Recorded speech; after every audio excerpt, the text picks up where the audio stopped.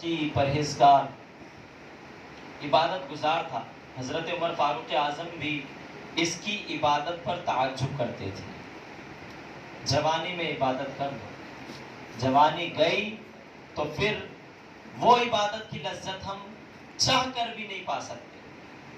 جو کرنا ہے ابھی کر لو، ابھی نوری جواں تم ہو. عمر فاروق اعظم بھی اس کی عبادت پر تعجب کرتے تھے. دیکھیں نا آپ، کوئی نوجوان اگر نمازیں بھی پڑھنے والا ہے، تہجد بھی پڑھنے والا ہے، قرآن پاک کی تلاوت بھی کرنے والا ہے، تو کیسا اس نوجوان کو دیکھ کر سکون ملتا ہے. جب انسان خوش ہوتے ہیں تو اللہ پاک کتنا خوش ہوتا ہوگا. حدیث پاک سے اس کی مثال بیان کی گئی کہ ایک بندہ ہے صحرا میں، وہ اونٹ لے کر جا رہا ہے. اچانک نیند آئی تو وہ ایک درخت کے نیچے سو گیا. وہ اٹھا اور دیکھا تو اس کا اونٹ غائب ہے. پیاس کی شدت ہے، اونٹ پر پانی بھی تھا، آنکھوں کے سامنے اندھیرا آ رہا ہے. پیارے آقا مثال کے ساتھ بیان فرماتے ہیں کہ اللہ کتنا خوش ہوتا ہے جو جوانی میں توبہ کرتا ہے. پیارے آقا فرماتے ہیں کہ اس کا اونٹ غائب ہو گیا. اب اسے اپنے سامنے موت کے علاوہ اور کچھ نظر نہیں آ رہا کہ اب تو موت آنی ہی ہے. تو اس نے کیا کیا، درخت کے نیچے وہ سو گیا.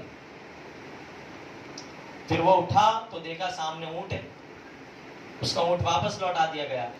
تو اس کی جو عقل تھی وہ جو ہے نا حد سے تجاوز کر گئی. اتنی خوشی ہوئی اس کو کہ اس نے خوشی خوشی میں کہہ دیا کہ مولا میں تیرا مولا ہوں، تو میرا بندہ ہے. مفہوم بتا رہا ہوں. اس نے اس طرح کا جملہ کہا. خوشی میں اس کی جو ہے انتہا نہیں رہی تھی، اس کی جان بچ گئی. تو اس نوجوان سے زیادہ اللہ تبارک و تعالی خوش ہوتا ہے جب نوجوان بندہ اپنے گناہوں سے سچی توبہ کرتا ہے. حضور نے ہماری تربیت کے لیے مثال بیان فرمائی. اے کاش کہ ہمیں بھی اللہ پاک کی حقیقی عبادت نصیب ہو جائے. پہلا وار شیطان کا ہوتا ہے کہ پہلے وہ عبادت نہیں کرنے دیتا. فجر میں سستی دلاتا ہے، ہاتھ پیر دباتا ہے کہ مت جا، 5 منٹ باقی ہے، 10 منٹ باقی ہے، پڑھ لینا. سستی دلاتا ہے. پہلا وار یہ ہوتا ہے. کہاں ہفتہ وار اجتماع میں جا رہا ہے، اگلے جمعرات میں چلا جانا. یہ پہلی وار دلاتا ہے. وہ نیکیوں سے روکتا ہے. پہلا وار اس کا یہ ہوتا ہے. دوسرا وار پھر ہوتا ہے اگر بندہ اس کے وار کو روک دے، عبادت میں لگ جائے، تو اب وہ ریاکاری دوسرا ہتھیار اپناتا ہے کہ وہ بندہ اب وہ لوگوں کے لیے نمازیں پڑھتا ہے. اکیلے میں ہے تو 4 رکعت وہ 2 منٹ میں ختم کرے گا. لوگ دیکھ رہے ہیں، لوگوں کے سامنے وہ 4 رکعت پڑھنے میں 10 منٹ لگا دے گا. تو کسی نہ کسی طرح بندے کو وہ ہلاک و برباد کرنا چاہتا ہے، اس کے جو ہے سب ختم ہو جائے. حضرت امام غزالی بڑی پیاری بات فرماتے ہیں کہ جتنے انسان ہیں نا، سارے انسان یہ سب مردہ ہیں. سب مردہ ہیں. زندہ وہ ہیں جو علم والے ہیں، جو علم والے ہیں. علم والے بھی، عالم بھی خطرے میں ہیں.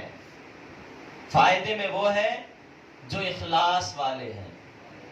جو عالم اخلاص والا ہے، عالم کو قیامت میں روکا جائے گا، جنت میں داخل نہیں ہونے دیا جائے گا.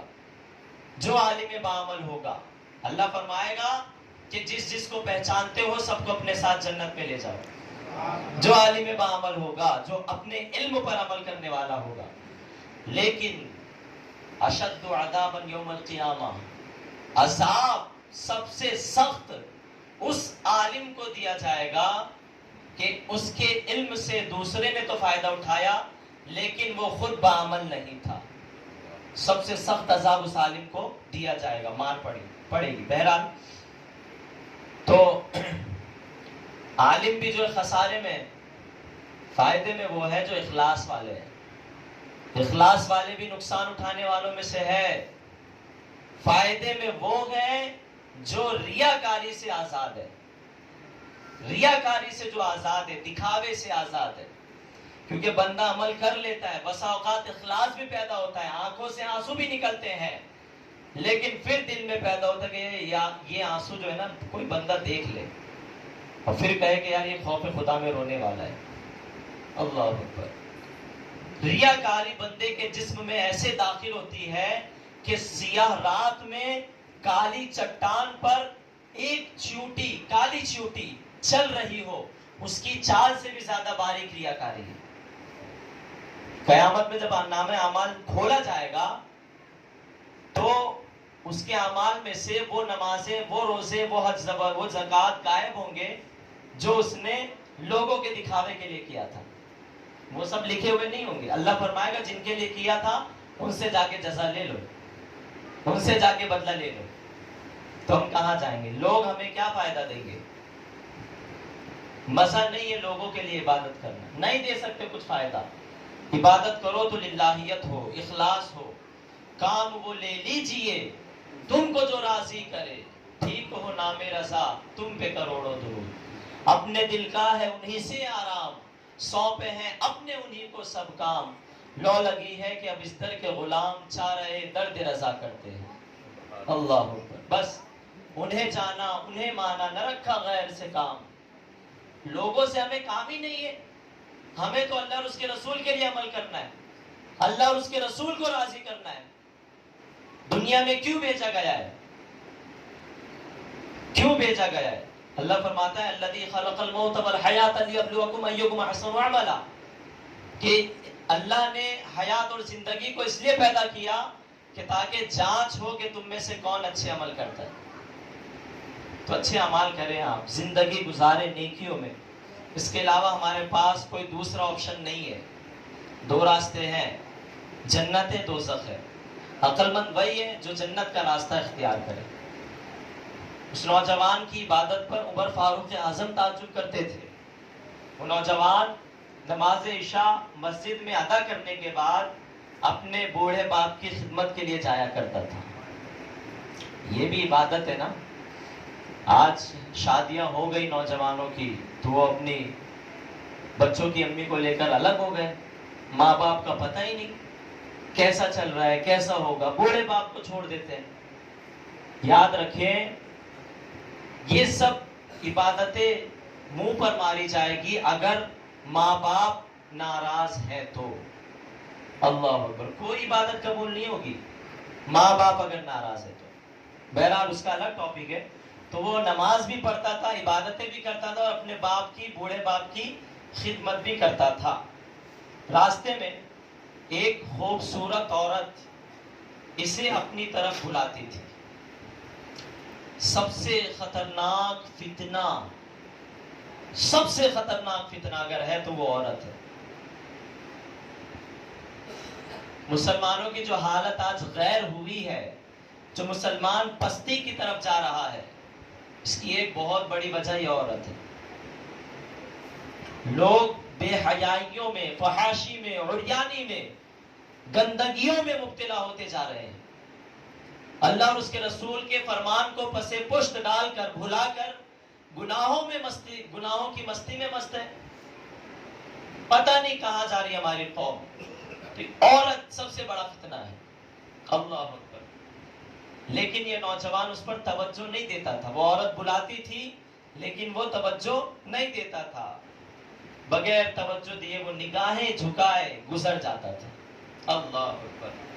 آخرکار ایک دن وہ نوجوان شیطان کے وسوسے میں اور اس عورت کی دعوت پر برائی کے ارادے سے اس کی جانب بڑھا. کئی بزرگان دین ایسے ہیں کہ اگر ان کے دل میں گناہ کا خیال بھی پیدا ہوتا تھا تو رات بھر وہ رو رو کے گزارتے تھے. ایک بزرگ کے بارے میں آتا ہے کہ گناہ کی نیت سے وہ اپنے گھر سے باہر قدم رکھنا چاہا. انہوں نے قدم رکھا ہی تھا. ایک قدم گھر کے اندر تھا، ایک قدم گھر کے باہر تھا. گناہ کی نیت سے فوراً یاد آ گیا کہ میں کیا کر رہا ہوں. میں تو حضور کا غلام ہونے کا دعویٰ کرتا ہوں اور حضور کی نافرمانی کر رہا ہوں. غلام کی اپنی مرضی کچھ نہیں ہوتی، یاد رکھنا. ہم کہتے ہیں غلامی رسول میں تو موت بھی قبول ہے. بڑی بات ہے موت نہیں مانگ رہے. غلام بن کے دکھاؤ. ہم کہتے ہیں کہ غلام ان کی عنایت سے چین میں ہوں گے، عدو حضور کا آفت میں مبتلا ہوگا. ہم کہتے ہیں کہ انشاءاللہ ہمارا بیڑا پار ہے، غلامی رسول میں ہمارا بیڑا پار ہے انشاءاللہ. لیکن ایک سوال میرا یہاں ہے، ہر ایک سے، ہر ایک اپنے آپ سے سوال کرے، کیا میں غلام ہوں؟ غلام مصطفیٰ قیامت میں بخشے جائیں گے، ان کی عنایت سے بخشے جائیں گے، ان کی شفاعت سے بخشے جائیں گے. لیکن غلام ہے، ہمارے اندر وہ کوالٹی ہے جو غلاموں کے اندر ہوتی ہے. بندہ اپنی مرضی سے دنیا میں آتا نہیں، اپنی مرضی سے دنیا سے جاتا نہیں، اور جو دونوں موت اور حیات کے درمیان کی زندگی وہ اپنی مرضی سے گزار رہا ہے.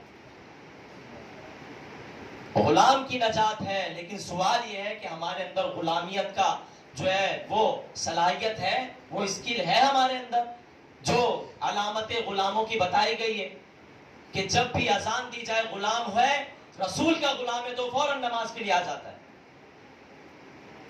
غلام جو ہے نماز فجر بستر پر قضا نہیں کرتا. جب غلام بن گئے ہیں تو پورا غلام بنے، آپ پورا مسلمان بنے. اللہ اکبر. تو نوجوان بڑھا، لیکن جب دروازے پر پہنچا تو اسے اللہ پاک کا یہ فرمان یاد آ گیا. یہ فرمان قرآن پاک تو ہم بھی پڑھتے ہیں نا، ان کا بھی وہی رب ہے جو ہمارا رب ہے. ٹرائی ٹو انڈرسٹینڈ، سمجھنے کی کوشش کرے. ان کے بھی وہی نبی ہے جو ہمارے نبی ہے، ان کا بھی وہی قرآن ہے جو ہمارا قرآن ہے. لیکن ایک ایک آیت پر اتنا روتے تھے. یہ قرآن ہم بھی پڑھتے ہیں، قرآن ہم بھی سنتے ہیں، ترجمہ بھی سنتے ہیں. آنکھوں سے آنسو آیا.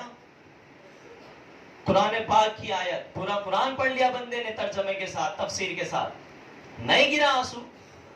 طوفان نوح لانے سے عیش کیا فائدہ؟ ایک بوند ہی کافی ہے اگر کچھ اثر کرے. ایک واقعہ زندگی بدلنے کے لیے کافی ہے. ہم غور کریں نا کہ کتنے اسلامی بھائی اتنے ہوں گے اس میں سے جو سالوں سے اجتماع میں آ رہے ہیں، لیکن وہی ہمارا چہرہ دشمنان رسول جیسا بنا ہے. چہرے پہ داڑھی نہیں ہے. ہم روز آتے ہیں، ہر جمعرات پہ پابندی سے آتے ہیں، وہی نمازیں چھوڑنے کی عادتیں ہیں. روز ہر جمعرات کو ہم اجتماع میں آ رہے ہیں، لیکن وہی دوسروں کو گالیاں دینے کی عادتیں ہیں، دوسروں کا دل دکھانے کی عادتیں ہیں، دوسروں کا حق طلب کرنے کی عادتیں ہیں. ہم بدلیں گے کب؟ اس آیت نے اس نوجوان کے اندر دیکھو کیا انقلاب برپا کیا. یہ آیت یاد آئی اس کو، ان الذين اتقوا اذا مسهم طائفة من الشیطان تذکروا فاذا هم مبصرون. بے شک پرہیزگاروں کو جب شیطان کی طرف سے کوئی خیال آتا ہے تو وہ حکم خدا یاد کرتے ہیں، پھر اسی وقت ان کی آنکھیں کھل جاتی ہے. خدا کو یاد کرتے ہیں، وہ سوچتے ہیں جب وہ تنہائی میں ہوتے ہیں، گناہ کرنے کا ارادہ ہوتا ہے، شیطان ورغلاتا ہے خدا کی نافرمانی پر. کوئی نہیں کہہ سکتا کہ میں گناہوں سے پاک ہوں، بتقاضۂ بشریت ہو جاتی ہیں خطائیں، لیکن کم سے کم ان خطاؤں پر ندامت تو ہو، اللہ سے معافی تو مانگو. دلے نہیں دکھاتے، گناہ کر کے بیان کرتے ہیں کہ یار فلاں پکچر دیکھی تو نے، فلاں گانا سنا، معاذ اللہ. گناہوں پر جو ہنس ہنس کر گناہ کرے گا وہ رو رو کر جہنم میں ڈالا جائے گا، یاد رکھنا. تو جب اللہ والوں کو کچھ گناہ کا خیال آتا ہے، شیطان کا کوئی خیال آتا ہے، تو فوراً اللہ کے حکم کو یاد کرتے ہیں. اس آیت مبارکہ کے یاد آتے ہی اس کے دل میں اللہ پاک کا خوف اس قدر غالب ہوا کہ وہ بے ہوش ہو کر زمین پر گر گیا. آپ کہیں گے کہ یار یہ تو پرانے زمانے کی باتیں ہیں. آج قریب کا بتا دیتا ہوں. میں دعوت اسلامی کے ایک مفتی صاحب ہے، وہ اکثر نمازوں میں روتے ہیں. بسا اوقات تو جب یہ سورۃ القاریعہ، سورۃ القاریعہ، القاریعۃ ما القاریعہ وما ادراک ما القاریعہ، دل دہلا دینے والی. اور تو نے کیا جانا دل دہلا دینے والی کیا ہے؟ جب یہ وہ آیت سنتے ہیں، یہ سورت سنتے ہیں، تو نماز کے اندر وہ درمیان بے ہوش ہو جاتے ہیں۔ پھر سے میں دہراتا ہوں کہ ہمارے پاس بھی وہ قرآن ہے جو وہ پڑھتے تھے، ہمارے پاس بھی وہی رب ہے جو ان کا رب تھا، رب ہے، ہمارے پاس بھی وہی نبی ہے جو ان کے نبی تھے۔ پھر اتنی چینجنگ کیوں، تبدیلی کیوں؟ کہا کہ بھائی دور کے حساب سے چلنا پڑتا ہے۔ مرد وہ نہیں جو دور کے حساب سے چلے، مرد وہ ہے جو دور کو اپنے حساب سے چلائے۔ دیکھ لو ایک مرد کلندر بیٹھا ہے، ایک اشارے پہ پوری دنیا جمع ہو جاتی ہے۔